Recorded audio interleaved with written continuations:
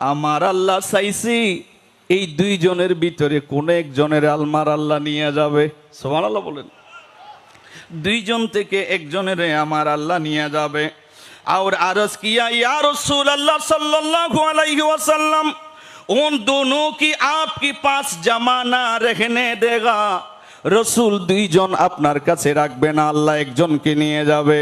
এই কথা যখন বললেন রহমতুল লিল আলামিন দয়াল নবীজি চিন্তা করলো, আমার হুসাইনকে যদি এই মুহূর্তে আমার আল্লাহ নিয়ে যায়, মা ফাতেমা কষ্ট পাবে, মৌলা আলী শেরে হুদা কষ্ট পাবে।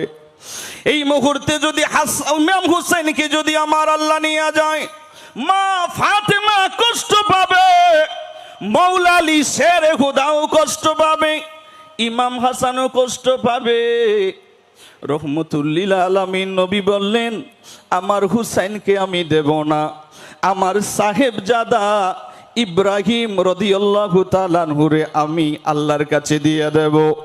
আল্লাহকে বললেন, মালিক আমার হুসাইন থাকবে, আমার সাহেবজাদা ইব্রাহিম রাদিয়াল্লাহু তাআলা আনহু ওনাকে আমি দিয়ে দিলাম, ওনাকে দিয়ে দিলাম আল্লাহ আপনার কাছে, আমার হুসাইন আমার কাছে থাকবে। এই ঘটনার কিতাবে লেখে 3 দিন পরে হযরত ইব্রাহিম রাদিয়াল্লাহু তাআলা আনহুকে আমার আল্লাহ দুনিয়ার জমিন থেকে নিয়ে গেলেন। সুবহানাল্লাহ। ইমাম হুসাইন রাদিয়াল্লাহু তাআলা আনহুকে আমার নবীজি দেয় নাই। কত মুহাব্বত আমার নবীজি করতেন। বাবাজিরা আমার, নবীজি ইমাম হুসাইন রাদিয়াল্লাহু তাআলা আনহু থেকে গ্রাম নিত। ও চট্টগ্রামের ও মুরব্বী বাবারা, ও যুবক, নবীজি কেমন মোহাব্বত করত, আমার নবীজি কত আদর করত ইমাম হাসান হুসাইন রে। নবীজি ইমাম হুসাইনের শরীর মুবারক দিয়ে গ্রান নেয়। সাহাবী জিজ্ঞেস করলে, নবীজি আমার, আপনি ইমাম হাসান হুসাইন থেকে আপনি গ্রান নেন, ব্যাপার কি? আমার নবীজি বললেন, সাহাবীরা রে, আমার হাসান হুসাইন ওনারা দুইজন হলো, ইন্নাল হাসানা ওয়াল হুসাইনা হুমা রায়হানাই মিনাদ দুনিয়া। এই হাসান হুসাইন ওনারা হলো দুনিয়ার জমিনে আমার দুটো ফুল। সুবহানাল্লাহ বলেন। ও মুরব্বী বাবারা, ও যুবক, মানুষ ফুল থেকে গ্রান নেয়। আমার নবীজি বলেন, সেজন্য আরেক রিওয়ায়াতের মধ্যে আসছে, আমার নবীজি বলেন, আল হাসানু ওয়াল হুসাইনু হুমা রাইহাতানে মিনাল জান্নাহ। জান্নাতের দুটো ফুল হলো আমার হাসান এবং হুসাইন। কত মোহাব্বত করতো বাবাজিরা আমার। আমার রহমতুল লিল আলামিন দয়াল নবীজি মসজিদের মধ্যে খুতবা দিচ্ছে, এমন সময় হাসনাইনি কারিমাইন ছোট ভালোভাবে হাঁটতে পারে না, হঠাৎ করে হাসনাইনি কারিমাইন যাওয়ার সময় পড়ে গেল। রহমতুল লিল আলামিন দয়াল নবীজি মসজিদে খুতবা অবস্থায় নবী দেখতে পায় হাসনাইনি কারিমাইন জমিনের মধ্যে পড়ে গেল। ও বাবাজিরা, ও যুবক, একটু মাটির মধ্যে পড়ে গেছে। এই দুঃখটা নবীজি সহ্য করতে পারে নাই। 61 হিজরিতে কারবালার ময়দানে ইমাম হুসাইনের গর্দানের উপরে ছুরি চালিয়ে দিয়েছে। নবী কি কষ্ট পায় নাই? জোরে বলেন, পায় নাই? একটু পড়ে গিয়েছে, নবীজি কষ্ট পেল। কেমন কষ্ট পেল?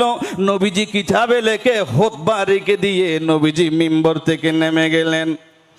ও যুবক, কেমন নবীজি ইমাম হুসাইনকে মোহাব্বত করত, কেমন হাসানকে মোহাব্বত করত। খুতবা বন্ধ করে দিছে, খুতবা বন্ধ করে মিম্বর থেকে নেমে গেল। নেমে যাওয়ার পরে ডাইরেক্ট ইমাম হাসান হুসাইনের কাছে চলে আসলো। দুইজনের বুকের মধ্যে জড়াইয়া নে আর মুখের মধ্যে চুমুকায়, ওনাদেরকে বুকের মধ্যে জড়াইয়া দুইজনের মসজিদের ভিতরে ঢুকাইয়া ডাইরেক্ট সামনাসামনি রহমতুল লিল আলামিন দয়াল নবীজি বসায়া দিলেন। সুবহানাল্লাহ। একটু পড়ে যাবে, একটু ব্যথা পাবে, সেটা পর্যন্ত সহ্য করতে পারে নাই আমার নবী। কারবালার ময়দানে ইমাম হুসাইনের গলার উপরে ছুরি চালিয়ে দিয়েছে। অবশ্যই অবশ্যই রহমতুল লিল আলামিন দয়াল নবীজি কষ্ট পেয়েছে। বাবাজিরা আমার গভীর মনোযোগ, কত আদর করতেন। রহমতুল্লিল আলামিন দয়াল নবীজি ইমাম হাসান হুসাইন রে পিঠ মোবারকের মধ্যে নিয়ে ছড়াইছে। এই ঘটনাটা দেখে, এই অবস্থা দেখে হযরতে ফারুক আজম রাদিয়াল্লাহু তাআলা আনহু ডাক দিলেন, ইয়া রাসূলুল্লাহ, ইয়া হাবিবাল্লাহ, আপনার পিঠ মোবারকের মধ্যে ওনারা উঠেছে। ও হাসান হুসাইন, আপনারা কত দামি, আপনারা রহমতুল্লিল আলামিন দয়াল নবীজির পিঠ মোবারকের মধ্যে উঠেছেন, আপনারা কত দামি। আর রহমতুল্লিল আলামিন নবী বললেন, সাহাবীরা রে শুনো। ফাকালা, রহমতুল্লিল আলামিন দয়াল নবীজি কি বললেন, ওয়ানিয়ামার রাকিবানে হুমা, আর যিনি আমি রহমতুল্লিল আলামিন দয়াল নবীজির পিঠ মুবারকের মধ্যে যিনারা উঠেছেন ওনারা কত দামি। সুবহানাল্লাহ। আমার নবীজি বলেন, উমর, যিনি আমার পিঠের মধ্যে উঠেছেন উনিও অনেক দামি, উনিও অনেক দামি। সুতরাং শুধু তাই নয়, কত আদর, কত মোহাব্বত আমার নবীজি হাসনাইনি করিমাইনকে করতো। শুধু তাই নয়, একদিন ইমাম হাসান এবং হুসাইন রাদিয়াল্লাহু তাআলা আনহুমা দুইজন একটু ছোট ছেলে, এই ছোট ছেলেরা যেমনি ভাবে একটু খেলাধুলা করে সেইভাবে দুইজন খেলাধুলা করছেন, কুস্তি ধরছেন।